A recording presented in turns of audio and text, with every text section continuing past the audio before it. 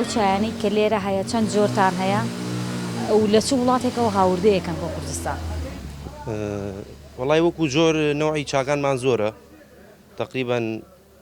لەوە ئەچێت 25 نوع 30 نوع ببێت ئەکسەرێتی چاکان لە وڵاتی سریلانکاوێت چای هندیشمانەیە هندیەکە زیاتر چینی فەقیر بەکارێنێت چکم چاکەی هەرزانەکەوێت سریلانکایەکەش چاکەی نەوعیتی باشە بەس یعنی وەکو چا هەندیەکە هەرزان نییە. جگەل لە چای ڕەش ئێوە لێرە چاکانی کەشە فرۆشن وەکو چای میوە و چای سەوز فرۆشیان چۆنە بازاڕیان؟ وەڵی بازاریان باشە بەس وەکو چاعتیادەکە سەریع نییە بازاریان. چای میوەش زۆر نافرۆشێ زۆر بازاری باش نییە بەس یعنی لە بازاڕە هەیە هەرزانترین چا حالێن ئیستا لەوە چێت کیلۆی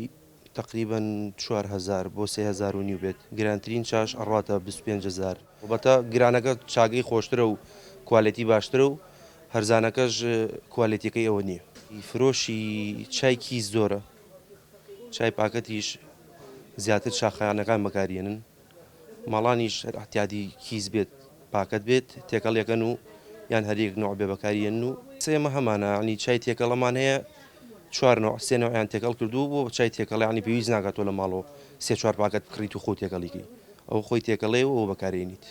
چا شتێک نییە کە بڵێ بازاڕی نامێنێت لەخوا بەزیابێت چای هەر ئەخورێت هاوین بێت زستان بێ هەر کاتێک بێت چا هەر ئەخورێ بەس ینی ئەم قەیرانە کاری کردووە لە هەموو شتێگەر چاینە لەم ساڵانەی ئاخیرا فرۆشی کەمی کردو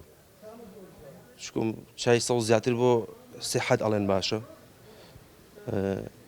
یعنی وەکو چاڕەشەکە زەرەری نیاڵن چاڕەشەکە هەنێک